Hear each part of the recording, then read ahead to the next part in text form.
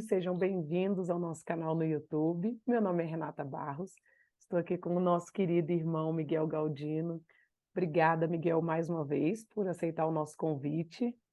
Eu que agradeço. Miguel falará hoje sobre o capítulo 4, Medo, do livro Conflitos Existenciais, psicografia de Divaldo Franco, ditado pelo espírito Joana de Ângeles, do nosso projeto Espírito e Vida. Então vamos fazer a nossa oração inicial. Amado Mestre Jesus, agradecemos mais uma vez a oportunidade de estarmos reunidos em Teu nome e a oportunidade do trabalho no bem, possamos sintonizar os nossos pensamentos, os nossos corações com a espiritualidade maior, para apreendermos toda a mensagem que o nosso irmão nos trará na noite de hoje.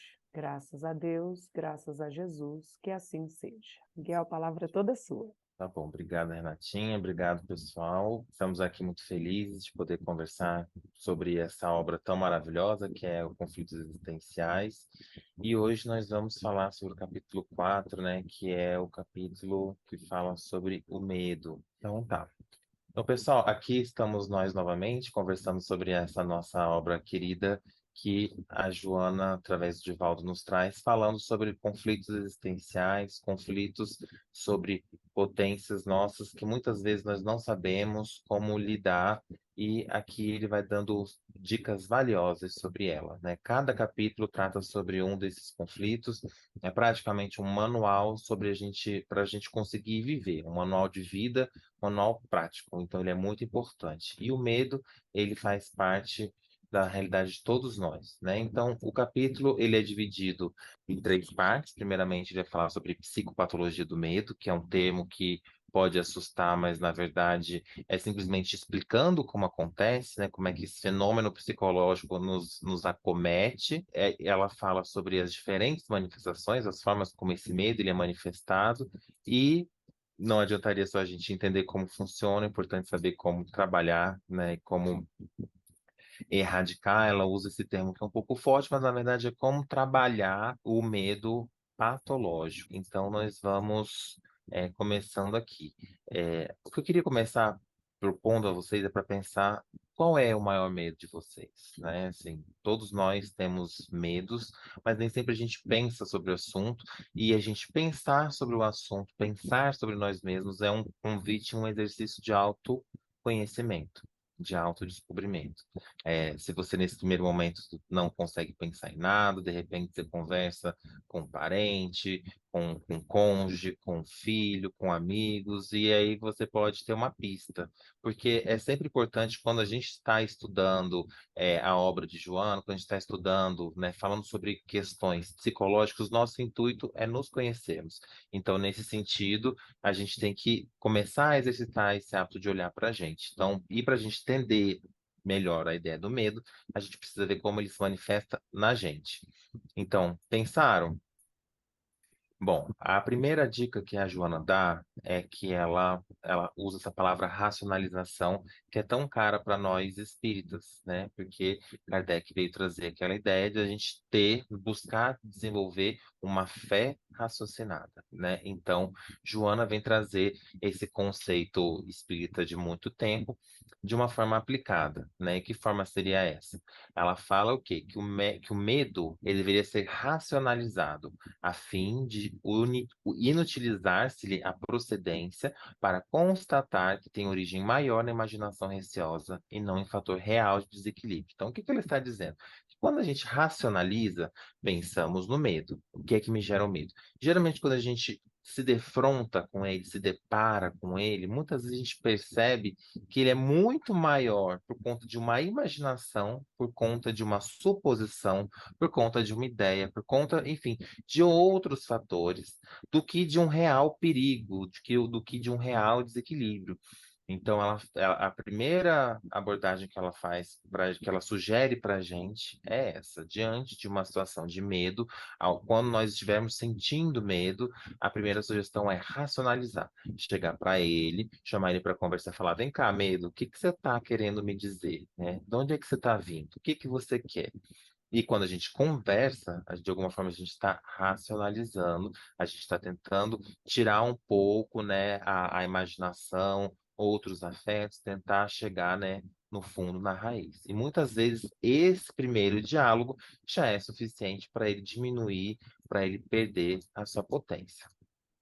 Então, muitas vezes, a gente pensa que o medo, o oposto do medo é a coragem. Então, então eu vou sentir menos medo se eu tiver mais coragem. Será que essa correlação está certa? Então, na verdade, o que a gente vê é que o oposto do medo não é a coragem, é destemor, né? É o polo oposto. Destemor é ausência de medo. O oposto do medo não é a coragem. Coragem é você agir pelo coração, usar a razão e o conhecimento. Então, a proposta da gente usar essa potência melhor não é você sair do muito medo e ir para o destemor, ou seja, não ter medo de nada, sair se arriscando, se colocando em situações de perigo. Na verdade, você tem uma postura corajosa e a coragem ela também tem uma razão. Ela não é repentina, ela não é algo feito de modo sem pensar, né? Você age pelo coração, você enfrenta um problema de um modo preparado, de um modo racional. Então esse é o convite, né? A gente agir de modo corajoso e não de modo destemido, né? Porque o destemor, ele muitas vezes nos coloca em situações de perigo. Então, a Joana prossegue, né, falando sobre a psicopatologia, a ideia, né, psicogênese do medo, né? Então, ela fala o quê? Que a gente tem uma herança de culpa no nosso inconsciente, e essa herança de culpa responde por desequilíbrios, né? E faz com que a gente mascare variadas expressões que se tornam um fenômeno inevitável no processo para aquisição de superior nível de consciência. Então, olha que interessante. Traduzindo, Joana, ela está dizendo que o medo muitas vezes se origina da culpa, mas ele é importante porque ele vai permitir que a gente consiga ter um nível superior de consciência. Então, olha que interessante, ela se vale de alguns conceitos psicológicos, da psicologia profunda, da psicologia analítica, e ela nos ajuda a perceber o seguinte, que existem pessoas, né, e isso os espíritos já falam há muito tempo, né, que 2/3 da humanidade está arrumando da animalidade, né, para a humanidade, estão ali numa espécie de consciência de sono, estão ali sem desenvolver o seu lado anímico, o seu lado psíquico, tá ali vivendo preocupado com o comer, o beber, as atividades básicas, né? O reproduzir, o dormir, a vida material, a vida animal. E à medida que a gente vai desenvolvendo ao longo das encarnações, a gente passa a perceber que existe uma existência corporal, né? Você passa a ter uma noção mais clara que você existe, o seu nível de consciência, ele desperta para perceber que você não é simplesmente guiado, um instrumento dos instintos, e aí você se dá conta de que você é responsável pelo seu bem-estar, que você não pode culpar os outros, que você não pode controlar o mundo. Então você passa a despertar esse desejo de crescimento, né? Você aspira a viver melhor e essa busca por esse viver melhor, por se desenvolver, por desenvolver o nosso lado espiritual, nos leva ao nível de consciência cósmica, né? Que é quando a gente consegue entender na maior plenitude as leis da natureza e principalmente a gente sabe manuseá-las na nossa vida, que é essa a proposta, né? Não é o conhecer as leis e falar para fora, é conhecer as leis e saber colocar para dentro. Então, isso já é uma coisa muito interessante que a doutrina e que a Joana vem nos trazer, né? Que a gente consegue subir níveis de consciência. Então é por isso que não é todo mundo que consegue compreender com facilidade, é por isso que não é todo mundo que se interessa por esse assunto, né? É por isso que a doutrina espírita cresce, mas numa velocidade menor, porque poucas pessoas estão efetivamente preocupadas com espiritualização, preocupadas em olhar para si, preocupadas com reforma íntima, com trabalho voluntário, com caridade, com fraternidade. É preciso, né, ter passado desse grau de consciência para uma existência corporal e a partir dali aspirar ao crescimento, né? Então, é um convite que vai ficando cada vez mais refinado e que vai ficando cada vez menos pessoas capazes de compreender, se interessar e apreender ele. Mas o que que tem a ver a culpa com isso? É porque a gente sabe que, tendo esses graus, a natureza não dá saltos, a gente sabe que quando a gente está nessa consciência de sono, quando a gente age conduzido pelos nossos impulsos, pelos instintos, etc., a gente tem uma tendência a trocar os pés pelas mãos, a agir de forma irrefletida, e a gente comete erros muito graves e crimes muito graves, né? Nessas primeiras fases em que reina, né, a ignorância, o desconhecimento de si mesmo. Então, a gente vai, por isso que os espíritos falam que a gente tem um passado delituoso. Nem é porque a gente é mal, mas é porque a gente é ignorante, né? Inconsciente, inconsciente, e a gente age como os bichinhos agem, né? Se você chegar e amedrontar um tigre, né? Um cachorro, qualquer bicho, se sentir ameaçado, ele vai reagir. Se você, sabe, agir de uma forma desconhecida, ele vai atacar, né? Se ele tá ali com fome, ele não vai se controlar. Se ele tá ali na época do cio, ele vai lutar, ele vai ir até a morte se precisar.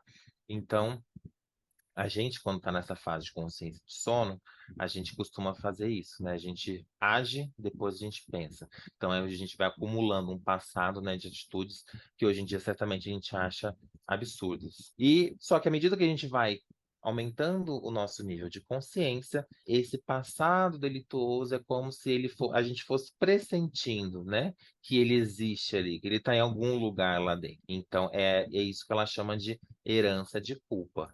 E aí a gente muitas vezes tem aquela sensação de não ter certeza do que está fazendo, porque a gente tem aquela consciência que a gente já errou muito fazendo isso, né? Então é importante a gente ter esse conhecimento dessa estrutura de como a nossa psique funciona, para muitas vezes a gente conseguir conversar e enfrentar essa culpa e saber diferenciar as coisas. Olha, o que eu fiz no passado eu não lembro, eu não posso fazer. O que eu posso fazer é mudar, ter consciência agora e mudar o que eu vou fazer daqui para frente. Mas essa herança de culpa, ela ajuda a explicar. Além dela, né, a Joana fala que ela é um fator endógeno do medo. Fator endógeno significa fatores que eu tenho dentro de mim, né? Então ela fala que esses comportamentos infelizes de outras reencarnações ficam marcados, né, nos refolhos do perispírito, e ele, quando a gente encarna, se instala no inconsciente profundo. Então, é por isso que você fica ali naquela sensação, às vezes naquele desconforto de não saber exatamente do que é. Então, nesse sentido, podemos incluir as perturbações de natureza espiritual em formas sutis, obsessões, que também são fatores endógenos do medo, né? Então, a gente tem essa sensação de culpa, sutis, obsessões, que são fatores endógenos que podem fazer com que aqueles irmãozinhos que querem nos prejudicar, que a gente tem dívida para com eles, eles às vezes tocam, né? Nos incentivam a lembrar ou intuir do que a gente fez que os prejudicou, e isso gera essa apreensão, gera esse medo, gera às vezes esse pavor. E também existem os fatores exógenos, ou seja, fatores de fora, que a Joana menciona, que são geralmente relacionados ao lar, que é onde a gente aprende, a gente estrutura a nossa psique nessa encarnação, em todas as encarnações. Então ela fala o quê? Atitudes no lar, como, por exemplo, relacionamentos familiares agressivos. Então, por isso que, gente, a infância, ela é de uma importância gigantesca. E quanto mais a gente estuda, mais a gente vai tendo consciência disso. Relacionamentos familiares agressivos fazem a criança que está ali frente, né, que tem que encarar a agressão todo dia, faz a criança ter medo. O desrespeito para a identidade infantil gera medo. O que é desrespeito? Fazer com que a criança seja sempre criticada, desprezada, ignorada, não considerada nas suas demandas, faz com que ela sinta medo, no sentido de que ela não tem com quem contar, né? Como se ela não fosse importante, como se ela fosse um peso. Fala também das narrativas apavorantes, né, que adultos às vezes contam. Eu confesso para vocês que isso daqui, graças a Deus, faz tempo que eu não ouço falar, né, mas diz que existem adultos que gostam de deixar as crianças com medo, contando histórias, enfim. Pode parecer uma brincadeirinha, mas isso impacta o desenvolvimento psíquico da criança. E os comportamentos agressivos, né? Ela fala duas vezes, né? Mas realmente a gente tem que tomar muito cuidado, pais, irmãos, mães, irmãos, primos, etc. Todo mundo que convive com crianças, né? Porque a agressividade, né, desproporcional vinda de um adulto, de modo reiterado, faz com que essa criança vá sendo acuada e ela vai adquirindo esse medo, né, que vai causar problema. E aí ela vem falar mais, ela fala de um medo qualquer, ela fala que isso pode gerar um medo absurdo, né? E esse medo absurdo pode causar um transtorno de comportamento agravado pela natural aceitação do paciente, que o aumenta em face da insegurança emocional, tornando-se não raro uma patologia que pode desencadear síndromes do pânico ou transtornos depressivos graves. Então, ela está fazendo toda a explicação. Então, começa ali a criança em ambientes agressivos, sendo assustada, sendo desrespeitada. Esse medo ele pode crescer de modo descontrolado e esse medo ficar um medo absurdo, fazer a criança ter medo de tudo, ela se fecha, e isso vale para adultos também, o que pode vir a se transformar em síndrome do pânico, transtorno depressivo grave. Então, é importante a gente conhecer como funciona a nossa psique, porque tudo tem consequências, né? E muitas vezes as consequências a gente colhe nessa encarnação, e tratar depressão grave, síndrome do pânico, nunca é o ideal, porque o ideal era que a gente não chegasse nesse patamar, né? Então, a gente tem que trabalhar isso. E o que ela vem nos mostrar é que, na verdade, o paciente, né, a pessoa que está sofrendo desse medo absurdo, ela já tem uma natural aceitação, porque a pessoa que tem medo, ela vai se tornando um pouco covarde, ela tem medo de ir para o mundo, né, ela tem medo de enfrentar, ela tem medo de se posicionar, e isso a torna uma pessoa insegura. Né? Ela não conviveu lá em um ambiente agressivo, em que ela era desrespeitada, então como é que ela vai se posicionar? É muito difícil. Então a tendência é que o medo ele vá crescendo, né, quando ele não é trabalhado. Então, quando se aguarda a concretização de algo ambicionado, é natural que ocorram dúvidas em forma de medo da sua não viabilidade.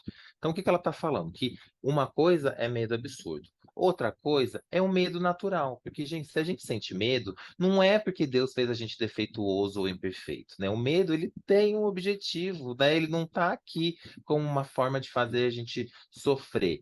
Né? Então, assim, eu tenho um projeto, né? Eu tenho ali uma ambição, eu quero ali, né, fazer um trabalho, né? Estou aqui preparando uma palestra, né? Estou aqui, sabe, estou indo para uma casa espírita, estou indo fazer um trabalho que seja.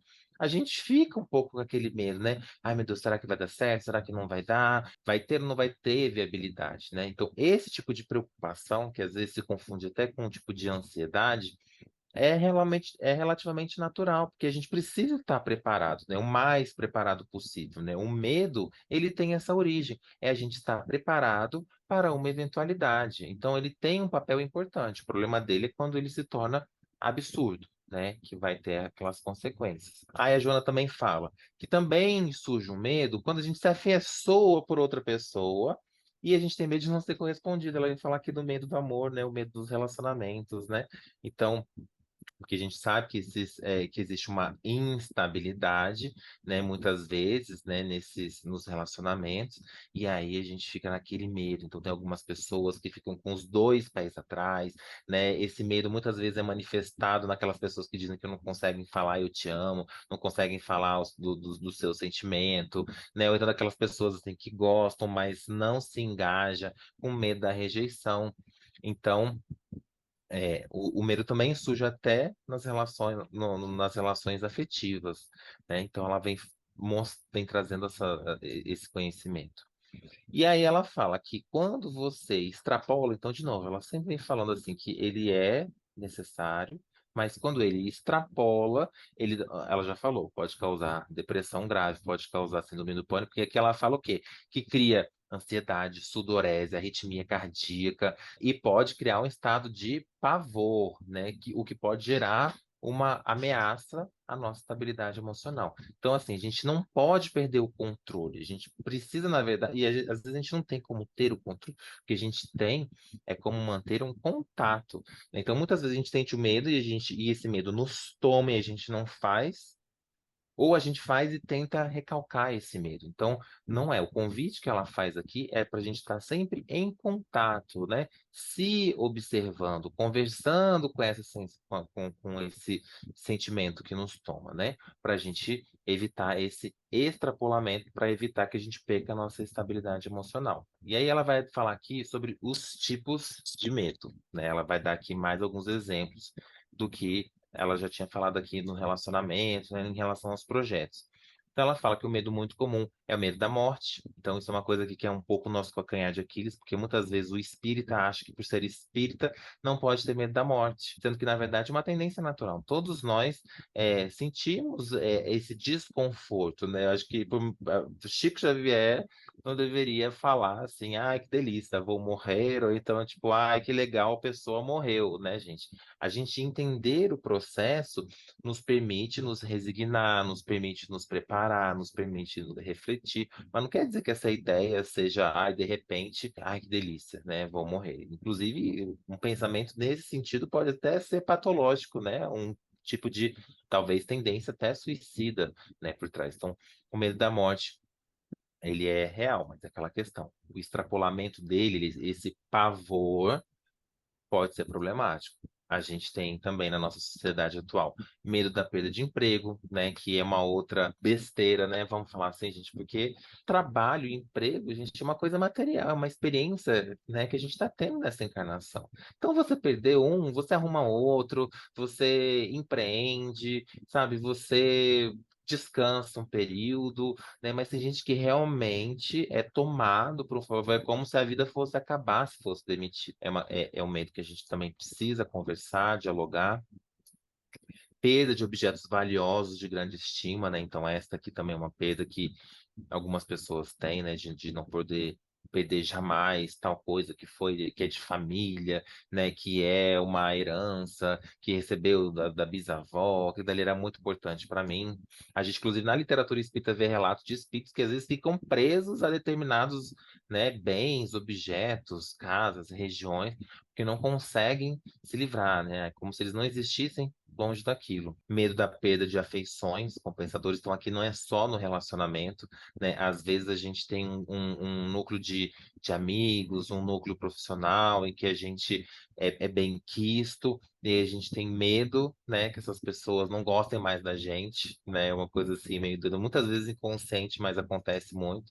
Medo da perda da confiança nos demais. Então, às vezes, tem pessoas que às vezes sofrem uma grande frustração e pensam assim, ah, eu fui traído, né? Uma pessoa muito próxima me prejudicou, me traiu, então, tipo, ninguém mais presta, eu não posso me entregar, não posso ser transparente com mais ninguém, porque com certeza você, como passar a perna em mim de novo, né? E o medo de amar, gente, que é o mais triste de todos, né? Porque de fato tem pessoas que às vezes sofrem, né, verdadeiros traumas emocionais em relacionamentos, inclusive intrafamiliar, e a pessoa se fecha, né? E ela acha que isso não existe.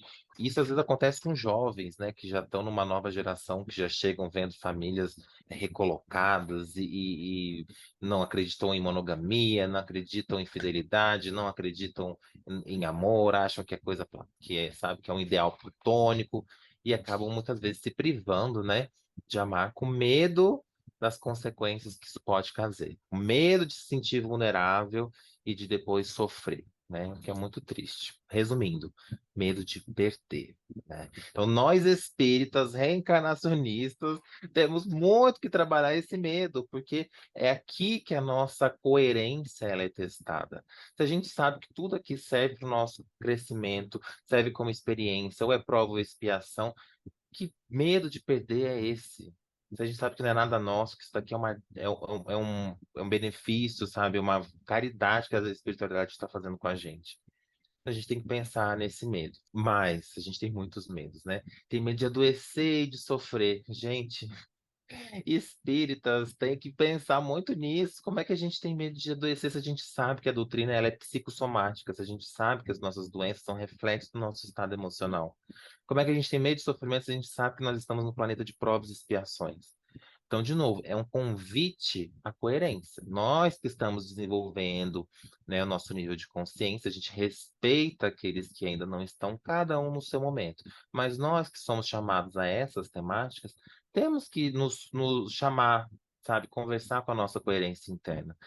De onde está vindo esse sofrimento? Tudo o que eu estudei, que eu aprendi, não se aplica nessa hora? E o medo do desconhecido, gente, né? A gente tem muito esse medo. Ai, meu Deus, é uma novidade. Ah, eu tenho medo de determinado autor. Ah, eu tenho medo de determinado tipo de pessoa. Ah, eu tenho medo de determinado partido, de determinada tantas situações. E a vida é um grande desconhecido, né, gente? A gente não sabe o que vai acontecer com a gente daqui a pouco, né? A gente não sabe o que vai acontecer com a gente amanhã. E a gente tem medo. E aí ela resume aqui, meio de escuro, de altura, de pessoas, de multidões, de animais, de insetos, isso daqui a gente vê no consultório psicológico todos os dias, que imediatamente a gente pensa assim, não trazem um grande prejuízo, mas muitas vezes trazem sim esse pavor, é uma sensação muito ruim de sentir, né? Então tudo isso tá junto a esse medo da dor, que na nossa linguagem espírita, às vezes pode ser resumido dessa forma, né? Medo do umbral, medo das trevas, né? Medo da nossa sombra, né? Em termos psicológicos, porque a sombra é o desconhecido, tá lá tudo o que nos faz adoecer, o que nos faz sofrer, as nossas dores, né? São conteúdos que a gente tá lá na sombra e a gente não conseguiu ter contato, né? A gente precisa ter, senão a gente vai continuar com esse medo. Então, a Joana resume assim a ideia, né? A ilusão. O homem busca a imortalidade no plano material. Gente, nós espíritas temos tanto conteúdo, tanto repertório, tanta bibliografia que fala que a matéria passa, né? Que a gente está aqui numa experiência, que essa é uma encarnação dentre muitas. Como é que a gente está pensando em imortalidade, em constância, em conhecimento, em controle, em consciência, em saber tudo o que vai acontecer na carne? A gente não tem como, não é aqui, a imortalidade não era matéria. Então a gente precisa relembrar disso. E aí ela começa a dar algumas dicas, né? Então a Joana fala, né, que quando a gente começa a desenvolver ideais de beleza, de conhecimento, de religião, de investigação científica, de solidariedade humana, a gente começa a ter menos medo das coisas. Porque a gente tem um objetivo maior. A gente não está aqui ligado àquelas possíveis ameaças imediatas. Então, quando a gente ainda está com essa mente indisciplinada e invigilante, a gente muitas vezes é tomado, e inclusive a gente facilita o trabalho dos obsessores, de espíritos que queiram nos prejudicar. Então, realmente, essa questão da gente disciplinar a mente, de vigiar a mente, que é esse diálogo com as nossas emoções, esse auto-questionamento sobre o que a gente está sentindo, passando, ele é extremamente essencial para a gente se proteger espiritualmente e para a gente trabalhar também a questão do medo. Então, quando a gente disciplina, quando a gente vigia, quando a gente passa a ter objetivos maiores, que é o que a doutrina vem nos convidar, e a gente às vezes esquece, esse medo ele vai perdendo a razão de ser, né? Então, vamos buscar, gente, ideais mais maiores, vamos buscar a espiritualização, que não é só ficar dentro da casa espírita. A gente tem que buscar espiritualizar a mente e ter esse olhar para dentro, né, diferenciado. Isso nos ajuda. E aí ela fala mais que a gente não pode, muitas vezes a gente olha assim para o outro, pensa, nossa, que absurdo, o outro tá com medo, né? Ah, esse medo é ridículo. Gente, a gente não pode julgar o sentimento, a emoção do outro, né? Então o que a pessoa tem medo para você pode ser simples, mas o que você tem medo pode ser difícil para outra pessoa. Então não tem como a gente comparar, né? Não tem como a gente falar, ah, isso é mimimi, ah, fulano é muito fraco, ah, porque não. Inclusive, isso é uma postura anticaridosa, né? A gente tem que pensar nas nossas questões e ser apoio para o outro. Principalmente quando a pessoa está com medo, a pessoa precisa de apoio, a pessoa precisa de acolhimento.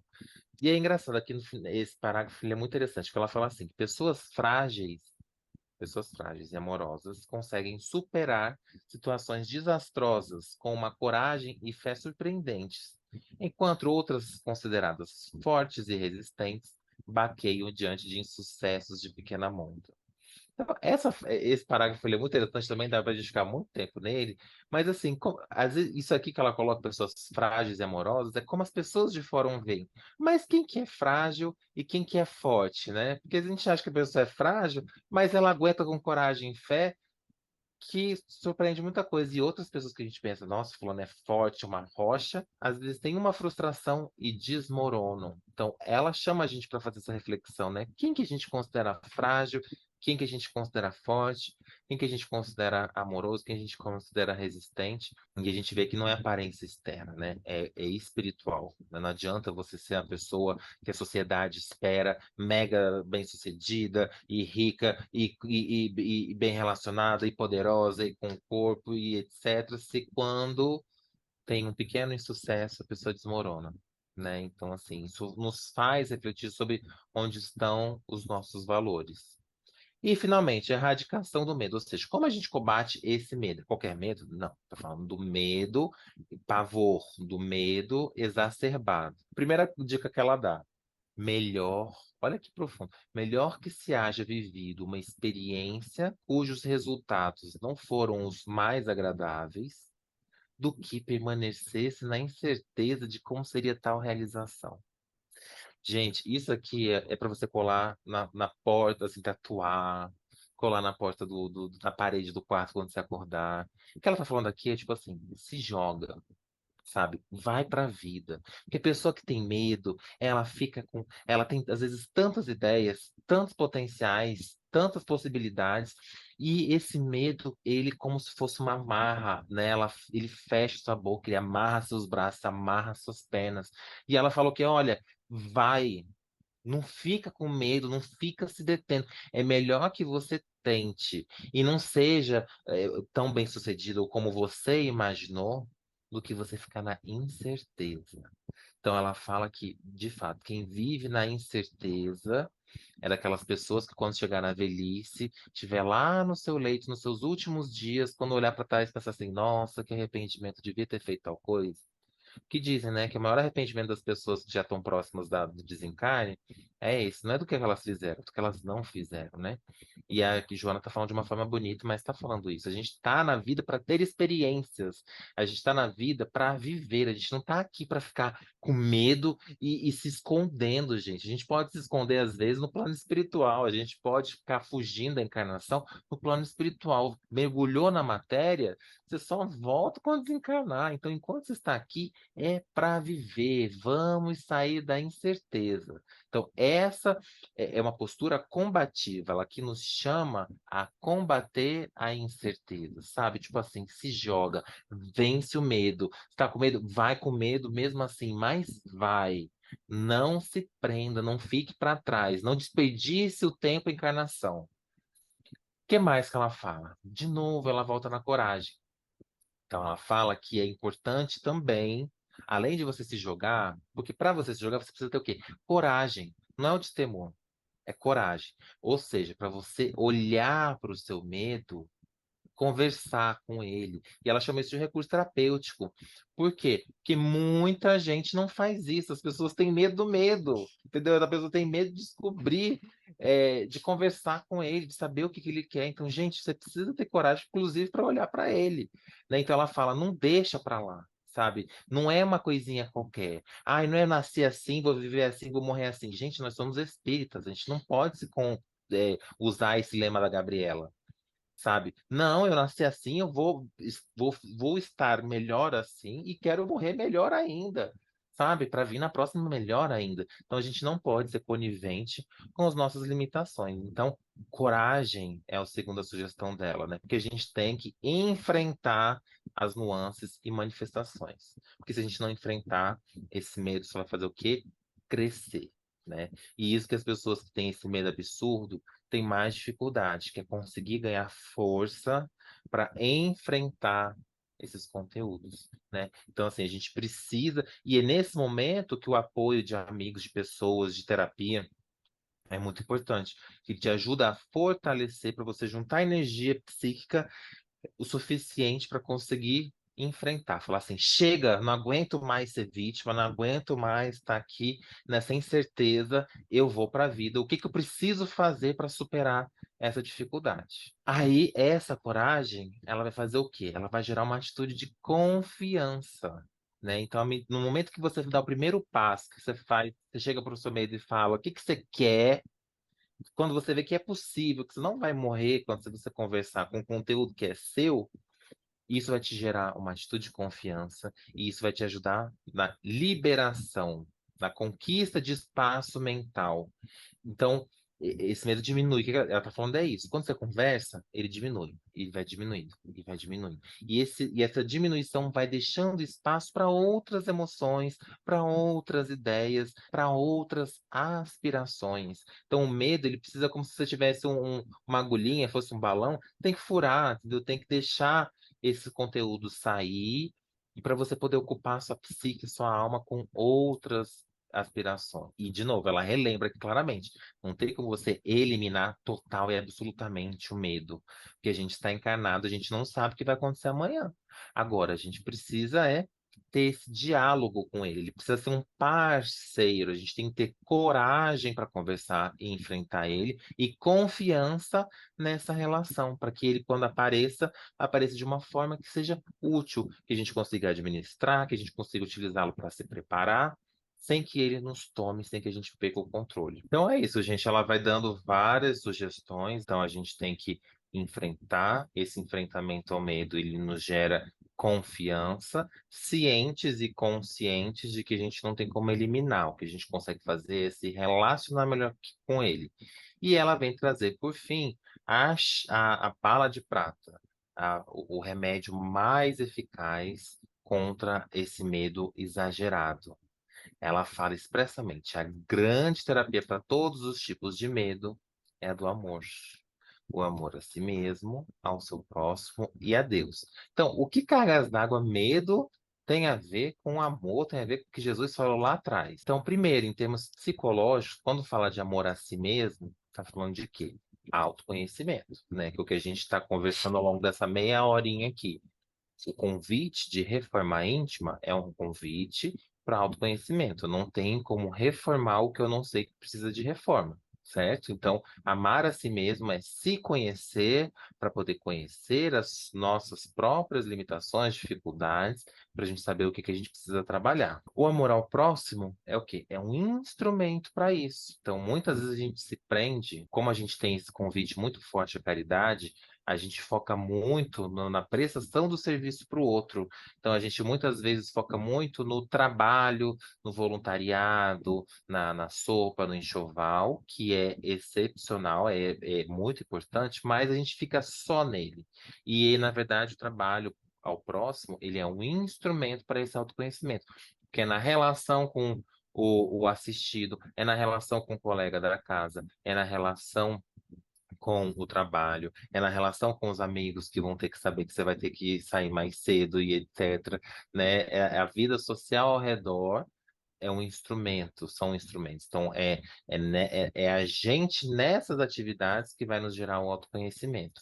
E, por fim, Deus, né, que é voltar ao uno, que é a gente voltar ao plano espiritual, que é a gente eventualmente não precisar mais encarnar, né? Enfim, é um caminho da totalidade, o caminho da perfeição relativa. Começa nesse processo do autoconhecimento. Se a gente não começar, a gente não vai chegar lá e a gente vai continuar vítima do medo. Então, é por isso que Jesus, muito sabiamente, 2020 anos atrás, já estava falando desse amor. Então, a gente precisa contextualizar. Tá, mas como o amor vai se relacionar com o medo?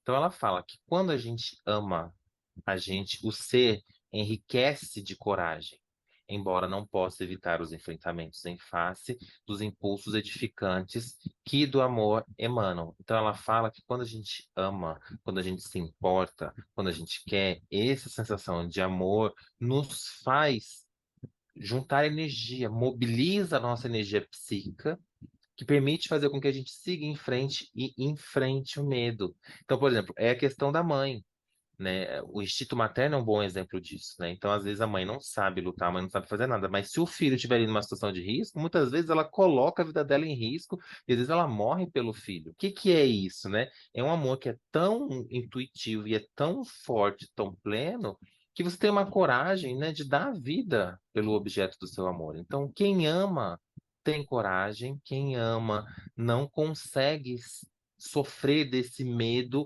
que nos aprisiona, desse medo exacerbado. Então, quem ama tem uma outra proteção que a gente também conhece, que é fugir das obsessões que se aproveitam desse aspecto psicológico nosso, né? Então, quando você ama, quando você se engaja, né? E não é um amor por uma pessoa, não é amor necessariamente por filho, é amor a um projeto, é amor a um ideal, é amor à profissão, ao trabalho, a tantas coisas. Quando a gente ama, a gente também se protege desse medo induzido, né? Do que muitas vezes obsessores podem se valer. Ela também sugere, claro, a oração terapia, né? Que muitas vezes a gente se esquece porque que a oração, a gente sempre aprende na casa espírita, né? A gente tem que orar para pedir, para agradecer, mas a gente esquece muitas vezes que a oração, ela se transforma muitas vezes em terapia. Se você está sentindo medo, se você está ali numa situação que aquilo está te incomodando,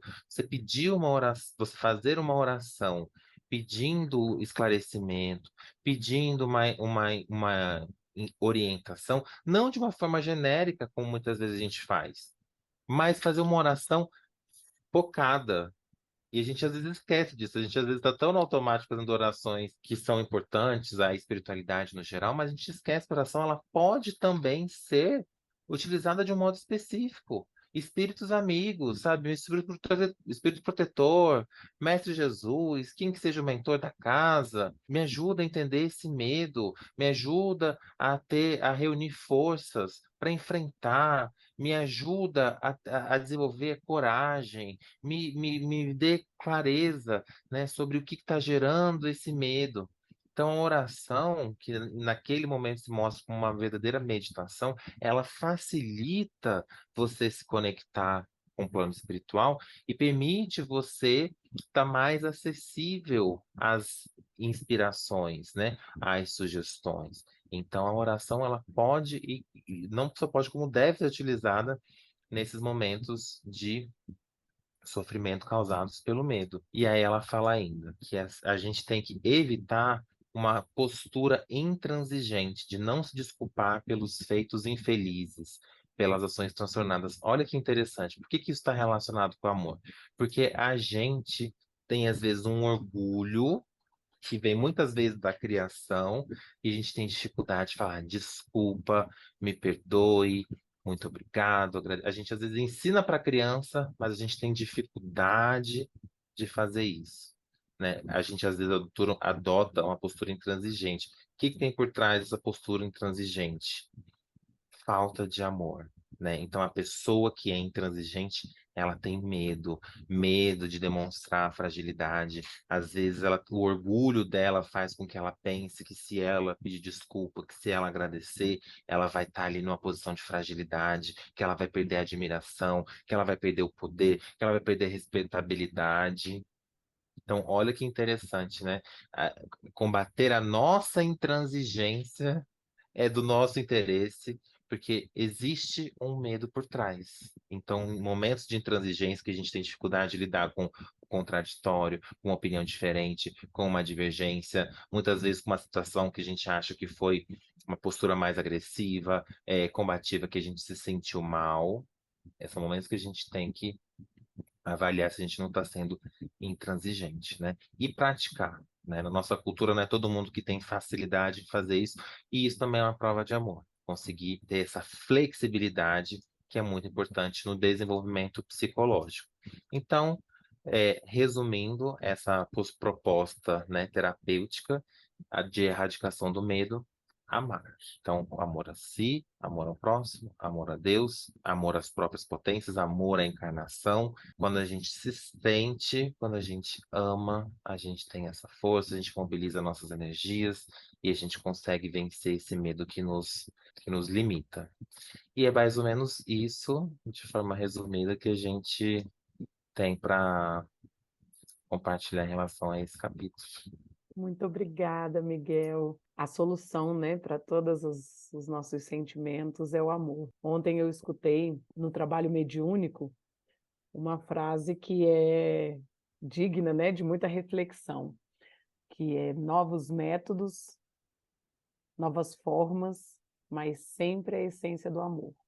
Que a gente não pode perder a essência do amor, né? Então, às vezes o medo vem pela nossa própria autopreservação, né? Mas que a gente precisa superar quando ele realmente vem extrapolar, né, as nossas possibilidades de viver, de se jogar, de aprender, e que o amor sempre Exatamente. impere. Amém. Amém. Você poderia fazer nossa oração final? Sim. Então, os amigos que estiverem assistindo com a gente, convido a esse exercício de oração terapia, elevando o pensamento, né, ao espírito protetor, né, algum espírito amigo, pedindo que ele nos relembre nossa conexão com o divino, que ele nos relembre que nós temos um coração, que nós temos sentimentos e que o amor vive em nós, porque filhos de Deus, porque contamos com a centelha divina dentro de nós e que, portanto, não há nenhuma limitação externa, não há nenhum desafio que nós não consigamos enfrentar e prosseguir.